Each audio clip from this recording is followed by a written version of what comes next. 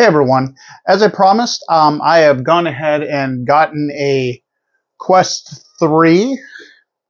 And yeah, I'm going to go ahead and do a review on it. It's not as much of a review as it will just kind of be my opinion of it versus the Quest 2, which has been my current VR headset for about 2 years. And I'm in no way a serious, VR gamer or anything. I use it mostly casually for things like VR chat. But the biggest thing I was looking forward to is the bigger field of view to make it a more immersive experience for you. So yeah, let's go ahead and open the thing up, see what it's like on the inside. What's the differences between the Quest 2 and this one. And yeah, let's take a look. All right, so if you've probably already noticed, I did get the 512 gig version. From everything I've heard, the graphics are quite a big of an improvement. So I figured, why not? I usually stream off my PC anyway, but if I can avoid that and go right off the Quest, I mean, heck, why not? I usually do everything Wi-Fi, and it usually works great, but yeah, sometimes it is a pain. It doesn't work perfectly, so yeah, why not try it? It's built right into the Quest. So we had two tabs there. You probably noticed that I just pulled off. That opens this up.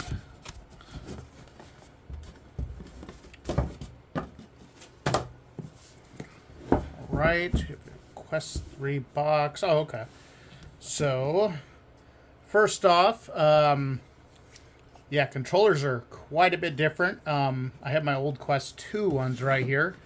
Take a look. Compare these two. Well, I think they're actually exactly the same. The only difference is the Quest 3 doesn't have this big round thing on the outside. Other than that, though, they feel good. Yeah, we'll see how the whole not having the ring around it works. My understanding that was the detection of when you were closing your hand and stuff. So let's move that aside. And we got the headset itself.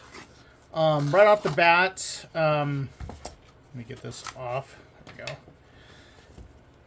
I'd say it feels maybe a little bit lighter than my Quest 2 over here. Maybe. They are pretty close. You do notice the difference though in the profile on them.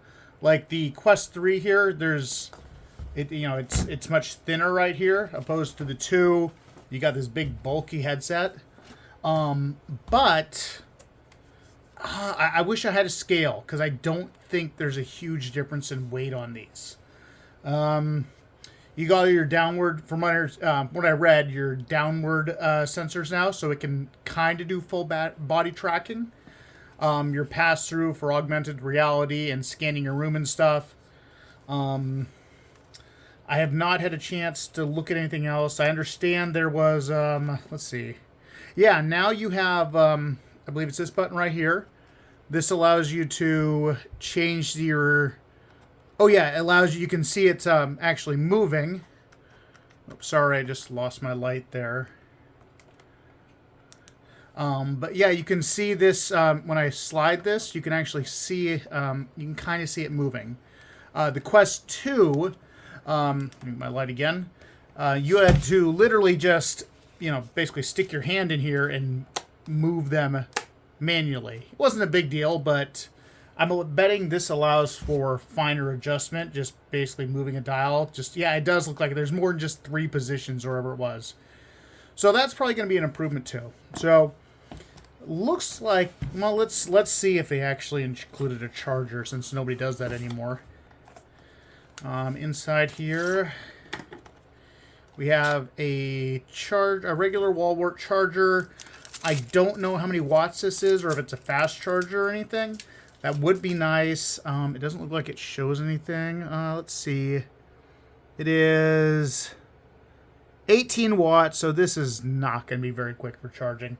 That's a big disappointment, considering phones nowadays are all like that, and this thing is essentially a phone. Basic USB to C, USB charging cable, and your documentation. So that's pretty much everything with the unboxing. I'm going to play around with this thing for a few days, and then I will come back and let you know what I think about it. So it's been a few weeks, and I have a few things to say about the Quest 3. First off, it's just the Wi-Fi. It appears there's some issues with it. I don't think it's a hardware issue. It's just a software issue, something that Meta is going to have to fix. I'm going to go ahead and put it up on the screen. So with my Quest 2, I maintained a stable 1200 megabits per second when streaming to my PC. Now this is using virtual desktop, so I can see what the streaming speed is. Now, if I go over to the Quest 3 here, you'll see that it just bounces back and forth from like 700 to 800-ish megabits per second. Now, this is a real immersion breaker. When you're playing a game, you'll see pixelation. It'll get real clear, or it'll start getting, pixelated in the middle of playing. If it maintained one speed, it'd be fine, but bouncing back and forth is a real, immersion breaker for me.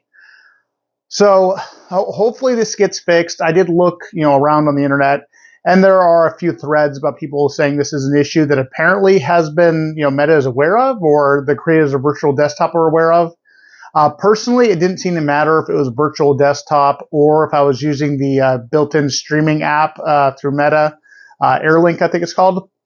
Both of them seem to have the same issues with just like general pixelation. The picture didn't look that good. Honestly, the Quest 2 looked better, which it should not, since there is a slightly higher, resolution on the Quest 3. So hopefully that's something they fix in the future, but that is my first gripe about the device. So the next issue I have is the way the strap rubs on my ear. So if I go ahead and put this thing on, obviously I'm not going to be able to see anything, but I'll show an example. So I put it on right here, this part of the strap. You can see how it's kind of rubbing up against the back of my ear, just like that. So let me go ahead and show you the Quest 2, the difference here, this issue. And here's why. So let me pair them off. So these are, basically the Quest 2 kind of sticks out more in the front here. But so this is, they're basically the same. This is where your face would touch. They're both even right there. But you see how the Quest 3, how the strap here, like this is where the Quest 2's kind of stops, and then you can, pull the strap a little bit. The Quest 3, notice how this goes out a ton further. So it doesn't give you as much time for it to wrap back around your head before it starts touching your ear. As this one does. You can see the pull is much easier as far as, see the difference there. It's hard to explain unless you really put it on and you can understand it better. I'd say this is a deal breaker, but it is pretty annoying, and it does get a little, I won't say painful, but it's definitely annoying when you're trying to play around with the Quest.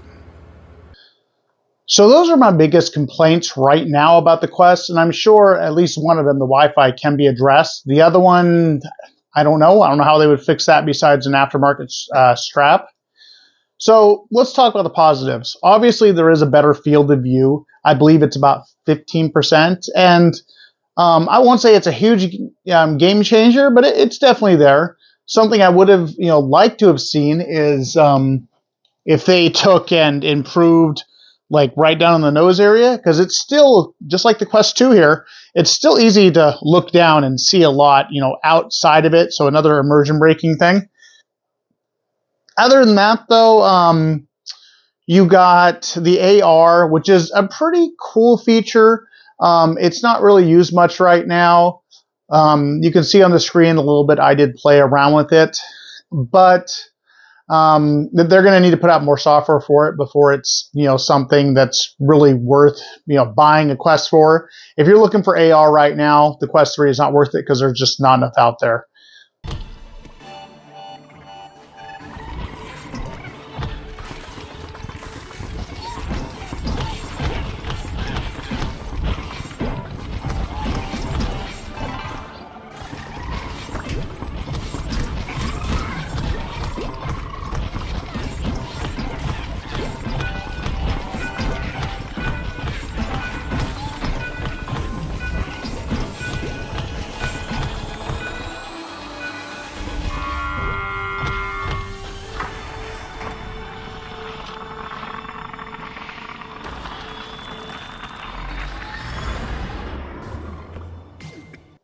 Another thing that is pretty cool, but I think still needs a lot of work, is being able to use your hands to interact with the world.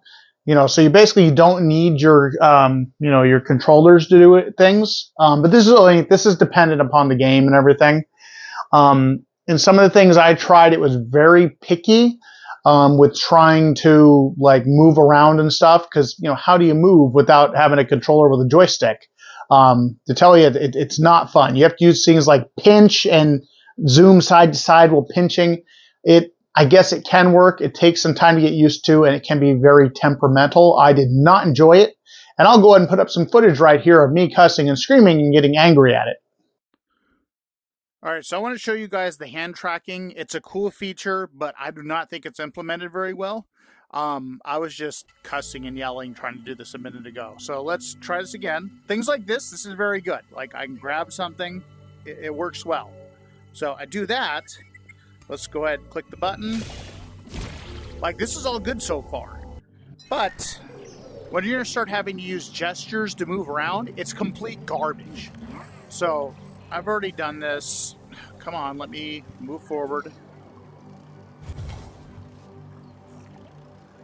Okay, whatever. Upgrade.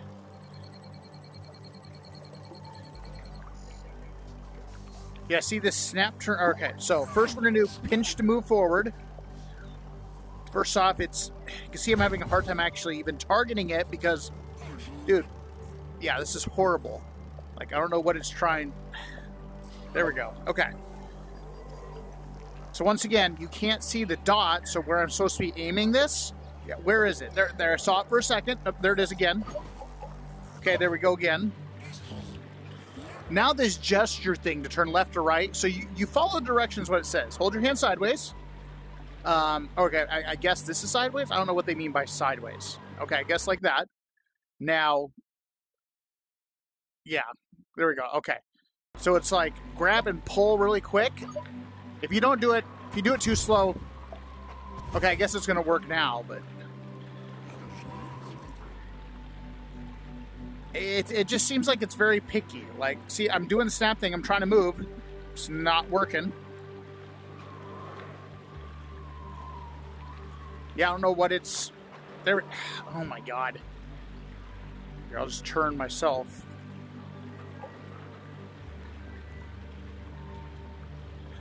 So, yeah, this is kind of beyond frustrating. Now it's going to work with this hand and not the other one. So, yeah, this is not a fun experience. So, I'm going to go ahead and get out of this because I can't stand this, and it's just going to make me angry trying to mess around with it. So, overall, I'm not really that impressed with the Quest 3. Between the wireless issue, the strap issue, the visuals itself, like, honestly, like, sure, the text looks sharper when you're looking at it, but graphics itself, things like the anti-aliasing and stuff, I honestly think the Quest 2 looks better, despite the fact that the Quest 3 has a higher resolution. So I don't know if this is software related or what, but for streaming, if you have a Quest 2 and you use this just to stream from your PC, the Quest 3 is 100% not worth getting. Now, if you are using it like built, everything built in, like with the Meta Store and all their apps, it might be worth the upgrade. I know there are improvements by quite a bit. I don't personally use any of that stuff. I always stream, but I have seen the videos. The graphics, there is quite a bit of an upgrade there. But overall, I could have stuck with my Quest 2 and been happy. But I kind of wanted to make this video, and I did want to see the increased field of view, which is nice. I'm just really hoping sometime in the future Meta can update its software and just, let it use the hardware to its full potential. Because right now this does really feel like the beginning of a console generation where you don't see the good graphics till the very end. So that's my 2 cents on the console or the headset for the Quest 3. I could be 100% wrong. People are probably going to disagree with me, but hey, that's what I think about this. And this wasn't meant to be a review. It was just meant to be my opinion and maybe help out some other people who are interested in, buying or upgrading the Quest 3. So thanks again for watching, and I'll see you guys in the next video.